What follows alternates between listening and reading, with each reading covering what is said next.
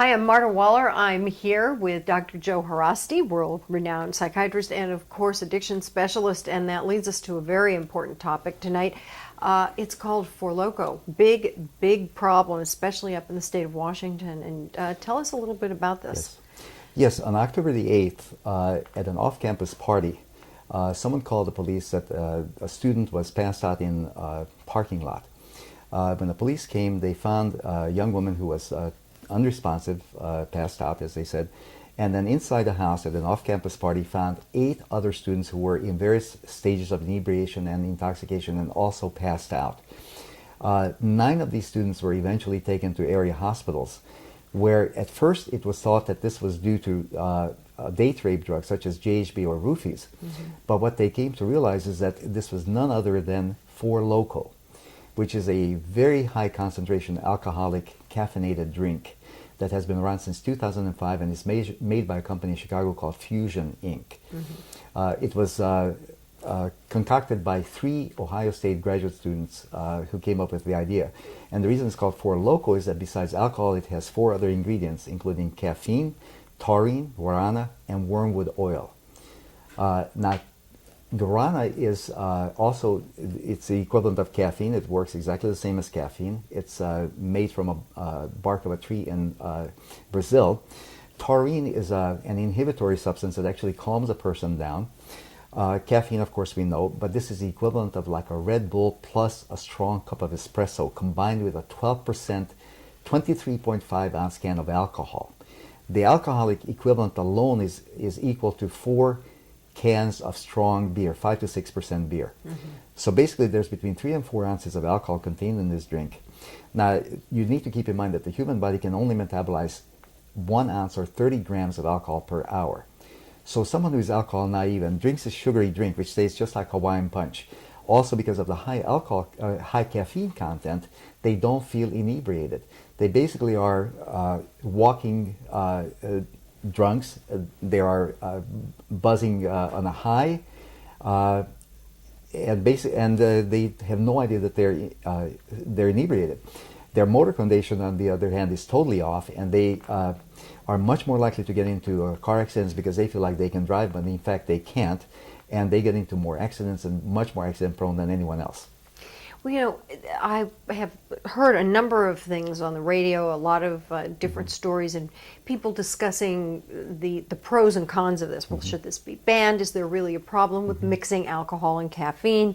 You know, I mean, for as long as we can remember, people have mixed rum and Coke. I mean, that being the thing that you would think of when you talk about it. Yeah, right. The Cuba Libre. Right. But this is different. Right. I mean, this is different. and we've done stories about the Alka Pops and all of these very sweet alcoholic drinks, and rum being, you know, hard liquor, as opposed to these which are just sort of a little under they're just sold as beer and wine. Right. But this is a little different. Yeah.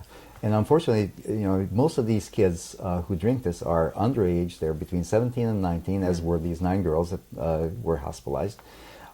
So this is a sugary drink. It tastes just like Hawaiian Punch. So these kids think that, okay, this is fine. It's not going to do anything to me.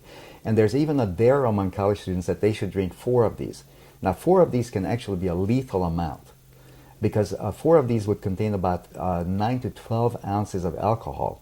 And as I said, the human body can only metabolize 30 grams or 1 ounce per hour. And what happens is that the caffeine effect prevents the sensation of being drunk. Normally, if you get drunk, you drink too much, you pass out. But this time, you have lost that safety valve. You don't have the safety valve of passing out because the caffeine keeps you awake. So as a consequence, the caffeine will wear off, and then people are going to be hit with the alcohol like a ton of bricks. And it may be the last time that they ever see the daylight, because they could die from it. And there was a Temple University student, a 19-year-old, who suffered a heart attack from this drink, because it can also cause arrhythmias, heart rhythm abnormalities. Also in New Jersey, at Ramapo College, President Mercer has banned the drug, or this concoction, because 17 of their students experienced the same thing. They had to be hospitalized together with 6 visitors following a football game. Okay, I have a question, and this is not to say it's not I don't want to get into the debate about is the FDA good or are these Right. agencies good or Sure, bad. sure, sure. But how does something like this? I realize they're all foods that are okay to have independently of one another at any given time. But how can something like this? I mean, obviously, something's going to have to happen. Sure. But Well, if how does someone- this happen? Okay, if someone knows how to drink responsibly, the combination of caffeine and alcohol per se is not a lethal combination. For example, there's Jaeger Bomb, there's vodka and Red Bull. I mean, these are popular drinks and you can order it in any bar. Again, people have to be careful because if you drink too much of this, the caffeine effect will wear off and you're going to be much more inebriated than you would be otherwise. And again, there's a danger that these people will get behind the wheel because they feel that, okay, I'm sober, I can drive. But in fact, their motor coordination will be tremendously off. Also, and by the way, these girls had on the average between 0.12 and 0.35% alcohol. So I mean, this is extremely high for someone who's alcohol naive. And even if someone is savvy about alcohol, they're not going to know just exactly how much alcohol they're going to have in their bloodstream because the caffeine will mask that effect. So what I would like to say is that I think we need to do something about our young people because the marketing of Four Loco, for example, is clearly aimed toward young people. It is a brightly colored can in wild primary colors that just jumps out at you from the 7-Eleven shelves among the other alcoholic drinks. This jumps out at young people, and they know about it. It has become it has become part of campus lore, and there's now kind of a badge of courage as to how many of these Four Locos can you drink, and there's going to be a lot of deaths from this. So my advice would be, without getting into all the agencies and FDA and everything else, is I would like to say that the Four Loco people should lower the alcohol content in these drinks at the very least, otherwise it will kill a lot of our young people. Now, if we're talking directly to young people and not even the manufacturers of this, Right. the things that you need to know before you start drinking this, and if we go through it a step at a time and say, you're old enough to be on your own, you're old enough to be making the choice to drink this, you're not picking up a beer and you're not taking a glass of wine, you're not even taking a couple of shots. These are sweet drinks. Here's what you need to know before you drink them. Exactly. You need to know that these drinks are very dangerous in high concentrations. If you drink too much of it, I would say that an alcohol-naive person should definitely not drink more than one can of this during the course of an evening, and they should nurse it for a long period of time if they're going to drink it.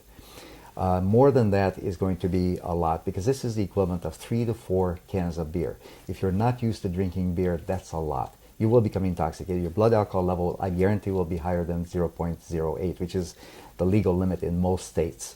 And you will get a buzz from that. You don't need any more than that. If you take more than that, then you're essentially drinking the equivalent. If you take 2, you are drinking the equivalent of a 6-pack of beer.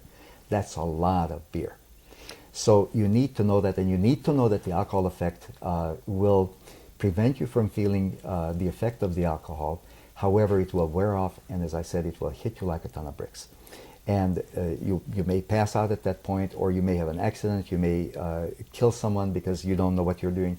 And the other part, and this is the most dangerous part of this has been referred to as a blackout in a can, or as legalized liquid cocaine. The reason people are saying this is because it also contains wormwood, in addition to the caffeine and the guarana, both of which are caffeine-like substances. But wormwood oil is the basic ingredient of absinthe.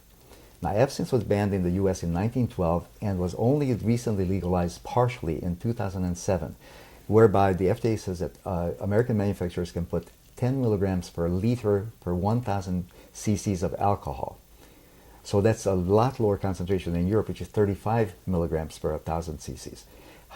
However, the manufacturers of Four Loco claim that wormwood oil, which we know contains thujone, it's a psychedelic substance very much like marijuana, will cause a person to forget, or it can cause all kinds of psychotropic effects. It has both a stimulant and a depressant effect.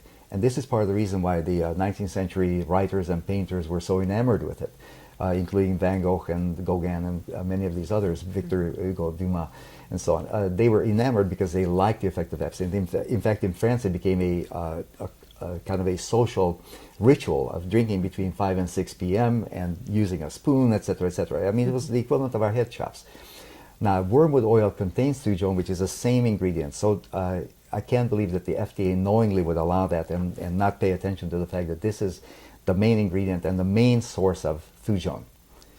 My guess is they will probably start paying attention now. It Well, I certainly hope so. only takes a handful of, you start getting this kind of news attention, and they will start paying attention. Right. I imagine we will be paying more attention to it and we'll be following this and see where it goes, and we'll keep an eye on it. And until next time then, I'm Marta Waller. And I'm Dr. Joe Haraszti. And we'll be staying in touch, so thanks for joining us, and we'll see you next time.